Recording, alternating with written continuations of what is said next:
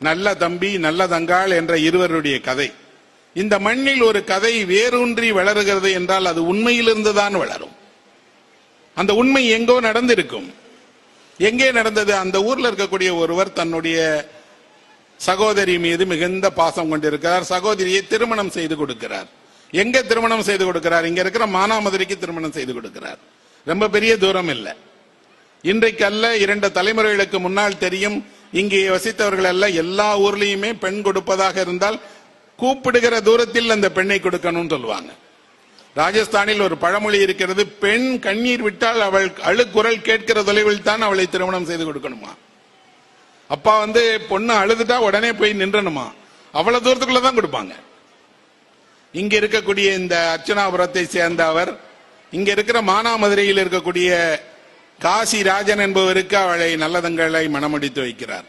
சந்தோஷமான வாழ்க்கை. அவர்கள் என்னெல்லாம் சீர் கொடுத்தார்கள் என்பதை நீங்க அந்த புத்தகத்தில் படிச்சு பாருங்க. ஒரு பெண்ணை மனமுடித்து கொடுக்கும் போது அவளுக்கு சகோதரன் வீட்டு சீர் என்பது என்னவெல்லாம் கொடுக்கப்பட்டது. அவ மலர்களை சூடுவது என்றால் அந்த மலர்களை சூடுவதற்கு மலர்களை கட்டி தருகிற பெண் உட்பட எல்லாரையும் சீரா அனுப்பியிருக்காங்க. அவ்வளவு சீரும் சிறப்புமாக தங்கை போய் வாழ்கிறாள். அவளுக்கு குழந்தைகள் பிறக்கிறார்கள், 7 பிள்ளைகள். அங்க ஒரு பஞ்சம் வருது, 12 வருட கொடும் பஞ்சம். இந்த தலைமுறைக்கு பஞ்சத்தினுடைய கதை தெரியாது, பஞ்சத்தில் இறந்தவர்கள் தெரியாது, பஞ்சம் என்றால் என்னன்னே தெரியாது. சொல்லப்போனா மிகுதியான உணவு, வீணடிக்கப்படக்கூடிய உணவு, தேவைக்கு மேல் அதிகமாக உண்ணுகிற பழக்கம் உள்ள ஒரு தலைமுறையை சேர்ந்தவர்களாக இருக்கிறோம். ஆனால் 2 தலைமுறைக்கு முன்னால், 2 தலைமுறை கூட வேணாம், ஒரு 25 வருஷத்துக்கு முன்னாடி நிறைய பேர் வீடுகளில் அவர்களுக்கு 3 வேளை உணவு இருக்குமானா இருக்காது. உழைப்பவர்கள் மாலையில் மிக தாமதமாக உழைத்து ஊதியம் பெற்று வந்து உணவு தயாரித்து நள்ளிரவில் உண்ணுகிற வீடுகள் எல்லாம் எனக்கு தெரியும். அதுவும் 10 வருடம் 12 வருடம் பஞ்சம் வந்தால் என்ன இருக்கும்னா, ஒரு புல் பூண்டு இருக்காது, ஒரு ஆடு மாடுக்கு குடிநீர் இருக்காது, உணவு இருக்காது, பசுவெல்லாம் பசியில் அலறுகிற ஓசை கேட்கும். அந்த மாதிரி இருக்கக்கூடிய தங்கை அண்ணனை தேடி வர்றார். எல்லா உறவுகள் ஒருவருக்கு இருந்தாலும், எத்தனையோ உறவுகள் கொண்டாடப்பட்டாலும், சில உறவுகள் தொடர்ந்து தலைமுறை தாண்டி உணர்ச்சி பூர்வமாகவே தொடர்ந்துட்டே இருக்கு. அதில் ஒன்றுதான் அண்ணனுக்கும் தங்கைக்குமான உறவு. அண்ணனும் தங்கைக்குமான உறவு என்பது அவர்கள் ஒரு தாயினுடைய வயிற்றில் பிறந்த 2 சகோதரர்களைப் போல அல்ல. தங்கையின் மீது அக்காவின் மீது கொண்டிருக்கக்கூடிய பாசம் வேறு என்றால் தங்கையின் மீது கொண்டிருக்கக்கூடிய பாசம் வேற. இப்ப கூட ஒன்றுமே இல்லை. ஒரு முழு தமிழகத்தையும் ஒரே ஒரு நம்பிக்கையை சொல்லி எல்லா அண்ணனையும் தங்கைக்கு ஏதாவது செய்ய வச்சிட முடியும்.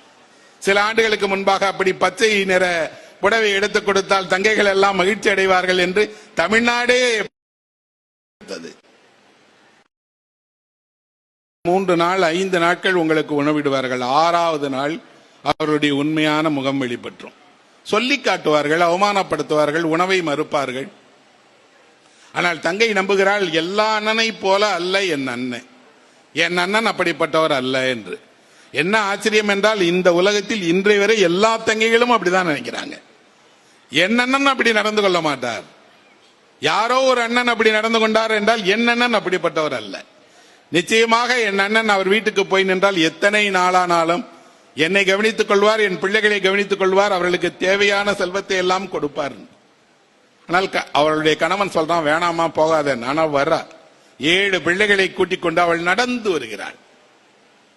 குழந்தைகளை கூட்டிக் கொண்டு, அதிலும் இப்படி ஒரு பட்டினி பசியோடு நடந்து வருகிற அந்த பெண்ணினுடைய உருவம் படித்தால் கண்ணில் தெரியுது. இன்றைக்கு எங்கேயாவது நம்ம பார்த்தோம் அப்படின்னா, இங்க இருந்து அந்த முனைக்கு போறதுக்கு ஒரு ஆட்டோ இல்லாம யாரும் போக மாட்டாங்க. காய்கறி வாங்கிட்டு உங்க வீட்டுக்கு திரும்பி வர்றதுக்கு யாருக்கும் நடந்து வருகிற உடல் வலிமை இல்லை. ஆனால் மானாமதுரையிலிருந்து அர்ச்சனாபுரத்தை நோக்கி பஞ்சத்தோடு 7 பிள்ளைகளை அழைத்துக் கொண்டு ஒரு பெண் நடையாக நடந்து வருகிறாள் என்றால் அந்த துயரம் கண்ணில் தெரியக்கூடிய, பார்த்தாலே கண்ணீர் வர வைக்கக்கூடியது. அவள் வருகிறாள். வருகிற நேரத்தில் அண்ணனை பார்க்கிறாள். அண்ணன் மகிழ்ச்சியாக வரவேற்கிறான். எல்லா வசதியும் செய்து தருகிறேன், நீ இங்கேயே இரு, சரியான பின்னாடி போகலாமா அப்படின்னு தங்க வைக்கிறான். ஆனால் அண்ணன் கொடுத்த வரவேற்பை அவனுடைய அண்ணி கொடுக்கவில்லை.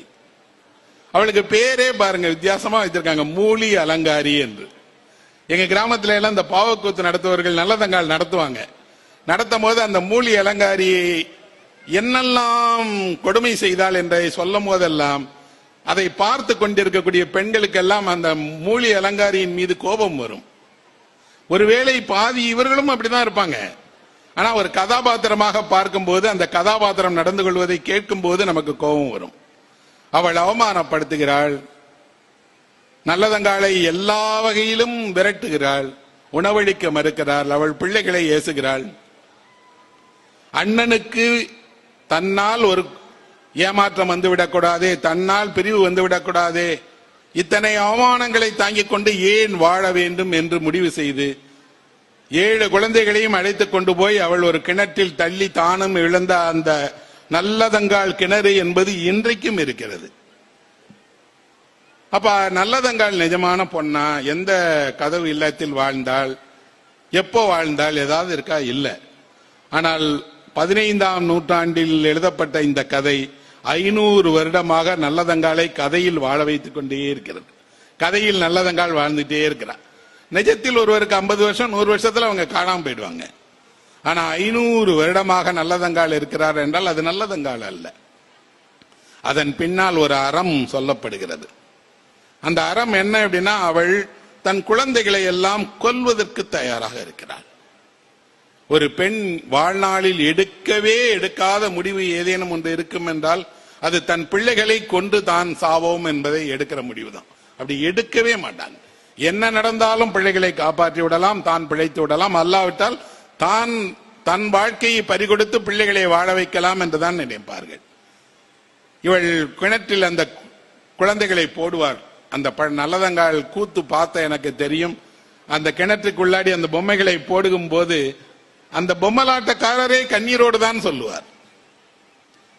3 குழந்தைகளை போட்டுட்டா, 4வது சின்ன சின்ன குழந்தைகள், 4வது 5வது குழந்தைகள் கேட்கும், நாங்கள் மட்டுமாவது இருந்து விடுகிறோம், பசிதானே அம்மா, இனிமேல் சாப்பாடு கேட்க மாட்டோம், கண்ணீர் விட மாட்டோம், யாரிடமும் கையேந்த மாட்டோம், ஒரு செடி கொடியை போல இந்த மண்ணில் எங்கேயாவது ஒரு ஓரத்தில் இருந்துக்கிறோம், எங்களை விட்டுருமா அப்படின்னு கேட்பாங்க. அந்த அம்மா சொல்லுவோம், அப்படியெல்லாம் இல்லை மக்களே, தாய் இறந்து விட்டால் தாய் இல்லாத பிள்ளைகள் என்னெல்லாம் பாடுபடுவாங்கிறது இந்த உலகத்துக்கு தெரியும். அப்படி உங்களை விட்டுட்டு போக மாட்டேன், மகிழ்ச்சியாக சாவோம் என்று எல்லோரையுமே அவன் பறி கொடுக்கிறான். அண்ணனுக்கு விஷயம் தெரிகிறது, வருகிறான், மனைவியை கண்டிக்கிறான். தானும் அதே கிணத்தில் விழுந்து இறப்பதற்கு துணியும் போது கடவுள் வந்து அவர்களை காட்டி அவர்களை எல்லாம் அவதூதர்களாக ஆக்கிட்டாங்க. தெய்வம் அவர்களுக்கு பிரசன்னமாகி அவர்களை எல்லாம் கடவுள் அழைத்துக் கொண்டார் என்று கதை முடிகிறது. நமக்கு கதை அல்ல. இந்த கதைக்கு பின்னால் நான் ஒவ்வொரு முறை படிக்கும் போதும் ஒரு விஷயத்தை நான் அடிக்கோட்டிட்டே இருக்கேன். என்ன அப்படின்னா, வீடு தேடி வந்தவர்களை ஏன் அவமானப்படுத்திக் கொண்டே இருக்கிறாங்க?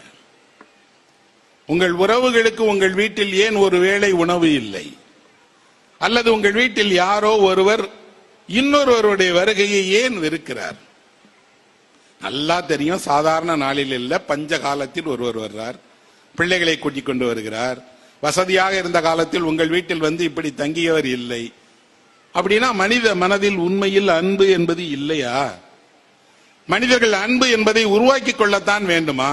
இயல்பிலேயே மனிதர்களுக்கு அன்பு என்று ஒன்று கிடையாதா?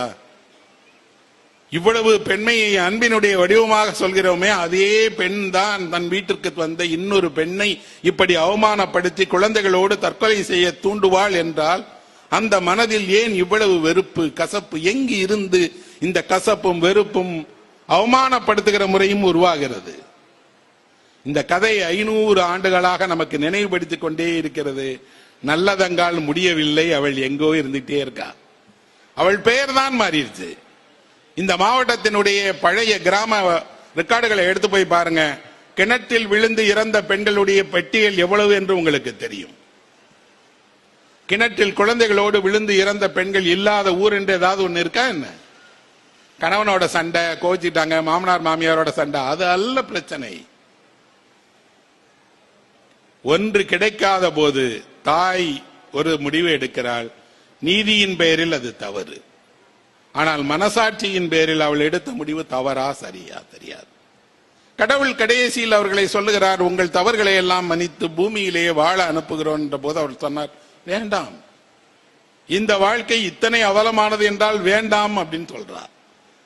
அந்த பொம்மலாட்டம்காரர்கள் கிராமத்தில் இந்த கதையை நடத்தி முடிச்சுட்டு மறுநாள் வீடு வீடாக வந்து நல்லதங்காள் பெயரில் யாசகம் கேட்பார்கள். எந்த கதையை சொல்லி உங்கள் மனதில் இரக்கத்தையும் உங்கள் மனதில் கண்ணீரையும் வரவழைத்தார்களோ அவர்கள் ஒரு கலைஞனாக மறுநாள் காலையில் உங்களால் முடிந்ததை எங்களுக்கு கொடுங்கள் என்று நிற்பார்கள். கிராமத்தில் அவர்களுக்கு ஏதே தானியமோ கையால் ஆன முடிந்த சின்ன சின்ன பணமோ கொடுப்பார்கள். ஆனால் ஒரு கதை 500 வருடங்களாக ஒரு சமூகத்திற்கு ஏதோ ஒரு உண்மையை சொல்லிக்கிட்டே இருக்கு. என்ன அப்படின்னா, எல்லா உறவுகளும் ஒரே போல இருந்திருதில்ல. ஆசை ஆசையாக திருமணம் செய்து கொடுத்த ஒரு வாழ்க்கை என்பது ஏதே ஒரு இடத்தில் ஒரு காகிதத்தில் கட்டப்பட்ட மாளிகையை போல கவிழ்ந்து விழுந்திடலாம். இன்னொன்று, இயற்கை பொய்த்து போகிற போது இயற்கை மட்டும் பொய்த்து போய்விடுவதில்லை, மனித உறவுகளும் பொய்த்து போயிருது. சொந்த அண்ணன் தான், அவர் இருந்தால் இதெல்லாம் நடந்திருக்கும். ஆனால் இது ஒரு பெண்ணுக்கு நடந்து ஒரு பெண்ணுடைய வாழ்க்கையில் முடிந்து என்றைக்கோ கதை முடிஞ்சிடல. இன்று வரை ஒரு பெண் இன்னொரு வீட்டிற்கு அவர்களுடைய அழைப்பின் பேரில் போய் அவமானப்படாமல் திரும்பி இருக்கிறார் என்று எங்காவது சொல்ல முடியுமா என்ன? அவரவருக்கு தனித்தனியான ஒரு அந்தரங்கமான டைரி இருக்கு, அதுல அவர்கள் எழுதி வைத்திருக்கிறாங்க. நாங்க இன்னார் வீட்டுக்கு போனோம், எங்களை இந்த நாளில் இப்படி அவமானப்படுத்தினார்கள் என்று. அந்த புத்தகம் அவர்களோடு வாழ்க்கையோட ரகசியமாக இருக்கு. கதை என்ன செய்கிறது அப்படின்னா, இது போன்ற ஒரு கதாபாத்திரத்தை உருவாக்கி ஒரு நல்ல தம்பி என்ற ஒரு அண்ணனையும் நல்ல தங்காள் என்ற ஒரு தங்கையையும் உருவாக்கி அவர்களை தெய்வமாக மாற்றி அவர்களை வழிபட செய்து கதையின் வழியாக ஒரு நீதியை மக்களுக்கு சொல்லிட்டே இருக்காங்க. நீங்கள் அப்படி நடந்து கொள்ளாதீர்கள். உங்கள் வீட்டில் யாரோ ஒருவர் அப்படி நடந்து கொள்ளும் போது அதை காண சகித்துக் கொண்டிருக்காதீர்கள். பரிவு காட்டுவதற்கு, உதவி செய்வதற்கு, உணவளிப்பதற்கு சொந்த சகோதரனாகத்தான் சகோதரியாகத்தான் இருக்கணும்னு அவசியம் இல்லை.